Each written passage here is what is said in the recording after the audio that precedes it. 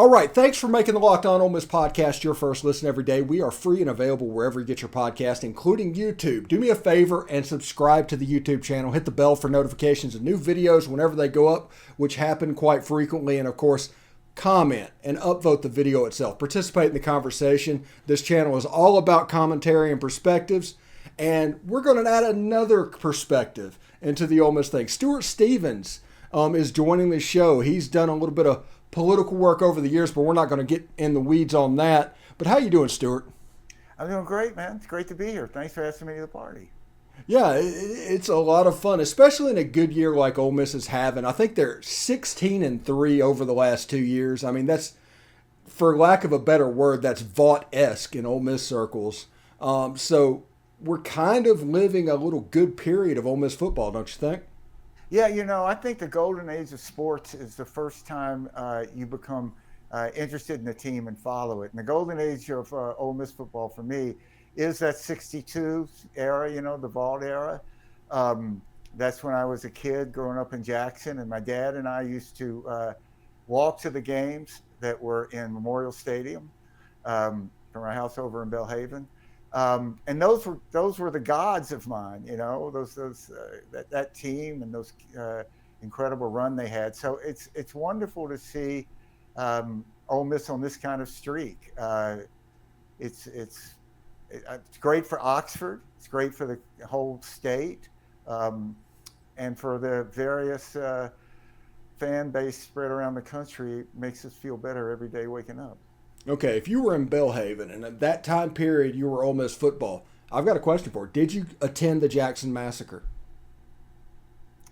No. What was the Jackson Massacre? I don't even know what it is. 1969, Ole Miss, Tennessee, Archie Manning. Oh, I did go to that game. Yeah. Yeah. I didn't know that's how it was referred to. But I graduated in 70 from Murrah. And, that's Archie was in those all-star games that they would have at the end of the year. So, he was sort of a legend before he went to Ole Miss. Yeah, I saw one highlight of him in high school. I think he wore like number 14 and all that, and him running around on his Book of Manning documentary. That was really cool. That's a great show. I love that thing. And, people, in my opinion, before we get into this season and what's going on, my opinion, the fact that Jackson was there and we got the ability to go there, part of my love for Ole Miss stemmed from the fact that I just had to go up 49 for 15 minutes. The immaculate deflection and all that. That was my childhood era. But the stadium being in Jackson and being as big as it was, I think that was at the detriment of Vaught-Hemingway Stadium and even Scott Field to some extent. Because so many of the big games were played in that stadium, and then all of a sudden you look up in Oxford and Starkville and the capacity is like 30,000, and there was really no need to expand it. Yeah, I've never really understood how you would know this, how that shift came, where they were going to hold all the games in Oxford instead of Memorial Stadium. But the feel of the games in Oxford now is different. I mean, I think it's great for the community and great to have it there, right in the hometown. All right, let's look back at the game against Kentucky this weekend. Ole Miss was able to pull off a 22-19 win, and really, at times, looked fairly dominant in the game. It didn't go, and it got a little bit close in the second half, and the offense kind of sputtered. But what do you think about the overall situation in that game and that win in particular? Well, listen, brother, I just kept hanging on to my Stephen Willis prediction that they were going to win by 3, I think. So, I figured like you've been right all year, so why be wrong now? You gave me a lot of confidence going in that last quarter. Look, this is a terrific team, I think. I find it incredible that a 19-year-old quarterback is performing at this kind of level on this stage. That, to me, was the big story out of, the first 4 games. I guess he started or really the full time on the 3rd game, or was it the 3rd game, the 4th game? Just the confidence that he had. And his ability, he's just such a good athlete. His ability to run and just sort of, you could see the players respond to him. And man, I mean, to have a kid that young with some good years ahead of him, if he stays healthy, I think it's tremendous for Ole Miss. Yeah, he's the first Gatorade National Player of the Year that has ever attended Ole Miss, and there's some throws and some plays where he absolutely flashes that ability. And whenever he becomes that completed project, it could be quite interesting to see, in my opinion.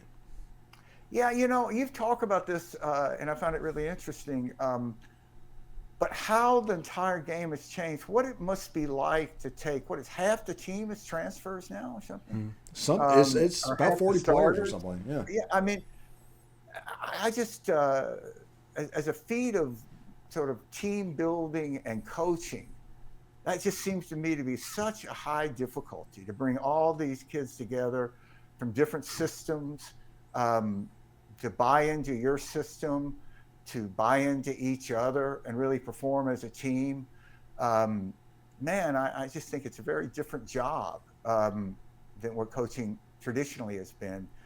And, Giffen seems to do it well. There's something about his nature and manner that kids seem to respond to and equate with. I think it's a balance between trying to seem cool like these kids when I look at these posts that he puts up, but still be the guy who's looked up to his coach.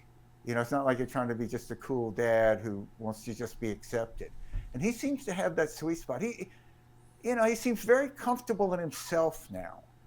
And I think that reads to the team and the players and the fans. Yeah, I think that's the underrated thing. Like, I'm 46 years old now. But once you hit about 42 or 43 years old, there's just a switch that flips and you automatically become comfortable in your own skin and you quit trying to be something that you're not. And life just seems to become so much easier at that point. Yeah, I look back to, the 20s, and first I'm most grateful that there wasn't Facebook or anything that preserved those moments around. But I agree. I think you hit a certain level where you can kind of see things around the corner better and put things in perspective better. It's a fascinating year the way he reassembled offensive and defensive coordinators. And I thought Jordan did a great job last year, but then you look at A&M, not so great. You don't know how much was coming from Giffen himself and the kind of system that he was able to put together and make them work in. It's impressive. I had my doubts with two new big offensive and defensive coordinator positions being filled, but I don't know, man. They seem to be doing what it takes. Yeah, and the thing that Ole Miss fans should take from this game is the fact that even though they didn't play particularly well offensively, they just won a top 10 game. That shows you how talented this team is. Yeah, the quality of athletes out there, from the aggression and the speed, man, seeing that defense, like getting that safety and the way that they were up and at that quarterback who was, what they say may go first in the draft, second in the draft, obviously a huge talent. It was great. And it was great to see the crowd in the game the way it was. And I really think it probably made a difference there at the end. Yeah, I was skeptical of the whole stripe out thing. You've been an Ole Miss fan for years, it's difficult to get all of them to do one thing at one time. So whenever you put them a stripe, you're just going to have to be skeptical about it. But it looked fairly good. Now, there was about 14 shades of blue, but blue is blue. We'll take that. That's close enough. But the red looked really good, and the atmosphere really came off. Now, you wrote a book a couple years back about family and Ole Miss and all that. Yep. Why don't you do a little bit and talk about that? Well, when I was growing up, Stephen, one of the ways that my dad and I really bonded was through Ole Miss football. He had gone to Ole Miss. My mom had gone to Ole Miss. My granddad had gone to Ole Miss, and grew up there, like you're saying, in Belhaven, where we could walk to a lot of the games at Memorial Stadium. And my parents were big party givers, so they'd always have these parties before these games in Jackson. I can remember that growing up as a kid. Kentucky was always a big game. Arkansas, they'd always do some like hog roast. And it was a way that, you could communicate and spend time with my dad without talking about anything, but talking about everything at the same time. Um, and in 2013, my dad had just turned 95, and I had just turned 60, and I had just been involved in the Romney campaign in 2012. And if you hadn't heard, we lost. So, I was really at that point kind of thinking, like, what is this all about? And asking myself a lot of questions. I've been involved in big campaigns that you won, and I found that you didn't really question much, but losing does make you question. So I had this idea that my dad and I and my mother, which gave it a kind of driving Miss Daisy quality, we're going to go to all the Ole Miss games. And I didn't originally start out thinking it was a book, but as I did it, I'd written other books, and it just seemed like a great story to tell. So that's what we did. We spent the 2013 season going to all the Ole Miss games. And, that season, they had that long stretch of home games. So we sort of set up residence at the inn at Ole Miss, which was great for them. They were like back being students, and it was a wonderful time to really get to spend a lot of time with both my parents. They had, both of them were gone now, but they had great runs. They lasted, almost to 98. Can't ask for anything more. And it was, Ole Miss, the story of Ole Miss, I think is such a powerful one. I mean, it's probably the most southern university in the most southern state. And when you just think about the societal changes from, the post-Kentucky game in 1962, the riot at Ole Miss, to today walking through the Walk of Champions with that, diverse team that looks a lot more like Mississippi, a crowd that looks a lot more like Mississippi. I actually, being there and seeing it back in 2000, I found it very moving. It was a very positive statement about change. And, say what you will about, Ole Miss is the first place to say they're not perfect, but I really think that the school deserves a lot of credit for asking themselves a lot of hard questions, going through that period that they went through of, dealing with the Ole Miss Rebel and the Confederate iconography. That's a hard thing to do. And to get through that and keep a fan base and really keep the school together, I admire it a lot. And it's just something about, if you're lucky enough to be able to connect with a child or a parent over something like sports, I think it really becomes a lifelong connection.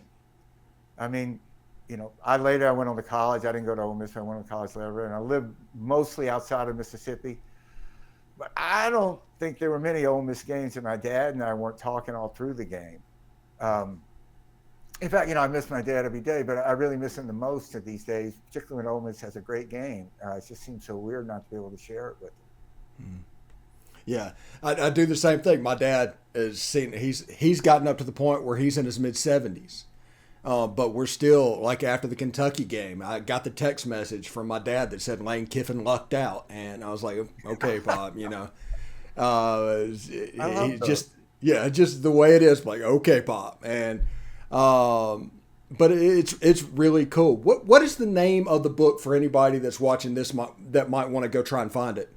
Yeah, it's called The Last Season, A Father, a Son, and a Lifetime of College Football. Published 2014, I guess, by Knopf. Okay. I'm looking forward to that, and hopefully I'll have a copy of that here pretty quick. So I'm pretty fired up about that. But Stuart, thank you so much for coming on the show. I do want to let everybody know they can get more on the SEC by making Locked On SEC your second listen. Everyday host Chris Gordy and his local experts of Locked On take you across the SEC in 30 minutes. Make Locked On SEC your second listen every day. Locked On SEC. Stuart, good time, big time pleasure. Hopefully we can do this again soon. Listen, Stephen, I love you, man, and I actually do listen to you first thing. So I'm right there in that sweet spot. Love what you're doing, man. Keep it up. All right. Appreciate it, man. I'll talk to you later.